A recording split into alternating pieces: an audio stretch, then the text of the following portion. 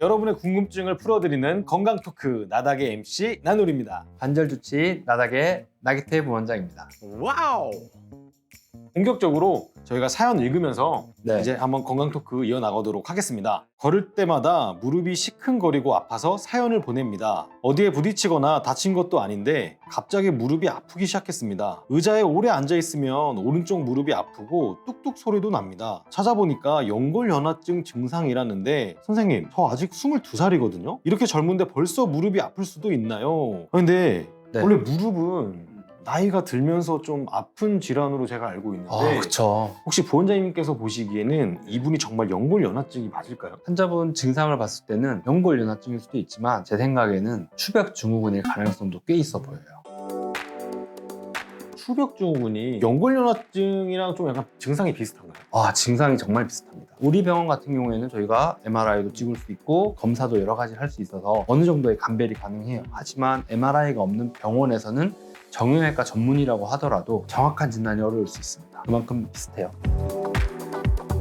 연골연화증 좀 더 자세히 설명해 주세요. 연골연화증은 콘드로말라시아라고 하는, 콘드로가 연골을 말하는 거고 말라시아가 이제 말랑말랑해진다. 연골이 말랑말랑해진다는 뜻이에요. 잠깐 궁금한 게 하나 있는데 네.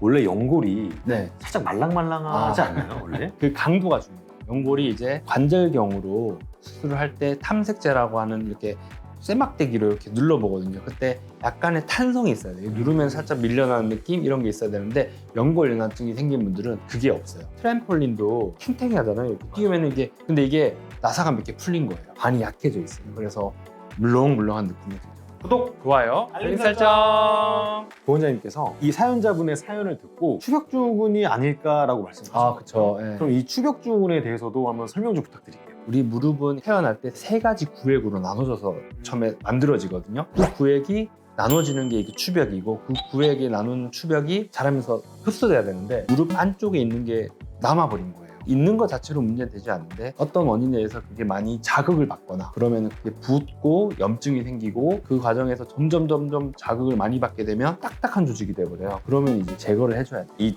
추벽증후군도 치료를 잘 받으면 완치가 될 수 있는 질환인 거. 네, 맞습니다. 추벽도 처음에 염증 주사를 맞거나 약을 먹어서 염증을 제거하면 그냥 다시 돌아갈 수도 있어요. 추벽 자체가 없어지는 건 아니지만 통증이 없어진 상태로 그리고 평생 지낼 수도 있는 거죠. 근데 어느 한계점을 넘어서서 추벽이 딱딱해지거나 그러면은 이제 그때부터는 추벽을 물리적으로 제거를 해줘야지 좋아지는 경우도 있어요. 추벽증후군은 퇴행성 질환이 아니니까 어느 연령에 생겨도 사실 이상한 게 아닌 질환이에요. 그럼요. 부원장님께서 보셨던 환자분들 중에 제일 어린 환자. 제가 했던 사람 중에 제일 어린 사람은 17살짜리 고등학생이었는데 자기는 1년 이상 아팠대요. 걷는 거는 문제가 없지만 운동을 할 수가 없는 거예요. 그래서 진단을 받고 시술을 받고 나서는 많이 좋아졌죠. 17살이 저한테는 제일 어렸지만 실제로 더 어린 나이도 생길 수 있죠. 17살이면 한참 성장하는 성장기잖아요. 성장판 손상이랑은 크게 상관이 없어요. 그럼요. 성장판은 이제 우리 뼈에 있는 거기 때문에 이거는 무릎 안쪽에 있는 추벽이라는 구조만 제거하기 때문에 실제로 시술 시간이 다른 걸 다 확인하더라도 10분이 안 걸려요. 금방 끝나요. 사실 너무 어린 나이에 무릎이 아프다고 하면 부모님들이 너 키 크려고 그러는 거야. 아니면 너 혹시 공부하기 싫어서 혹시 꾀병 부리는 거 아니냐 이렇게 말씀하시는 분들도 간혹 계시거든요. 본인의 자녀가 이렇게 장기간 동안 무릎에 통증이 있다고 이야기를 하면은 좀 관심을 기울이고 병원에 와서 한번 정밀 검사를 받아보는 게 좋을 것 같습니다. 구독, 좋아요, 알림 설정. 추벽증후군이랑 연골연화증이 네. 사실 굉장히 비슷한 증상을 가지고 있잖아요. 그럼요. 네. 그래도 이 두 질환을 구분할 수 있는 혹시 구별법이 있을까요? 추벽증후군 같은 경우에는 소리가 동반되는 경우가 꽤 많아요. 무릎을 구부렸다가 펼 때 혹시 앉았다가 일어날 때 끼어있던 추벽이 빠지면서 뚝 소리가 나거나 뚝 소리가 나면서 통증이 있는 경우에 추벽증후군 가능성이 좀 더 크기 때문에 그때는 꼭 검사를 해보시는 게 좋습니다. 뚝소리만 가지고 무릎에 이상이 생겼다고 볼 수는 없죠. 뚝 소리만 나는 거는 통증이랑 연관되지 않으면은 거의 대부분 검사라도 이런 거 추천드리진 않아요. 통증이 있을 때 검사를 하는 겁니다.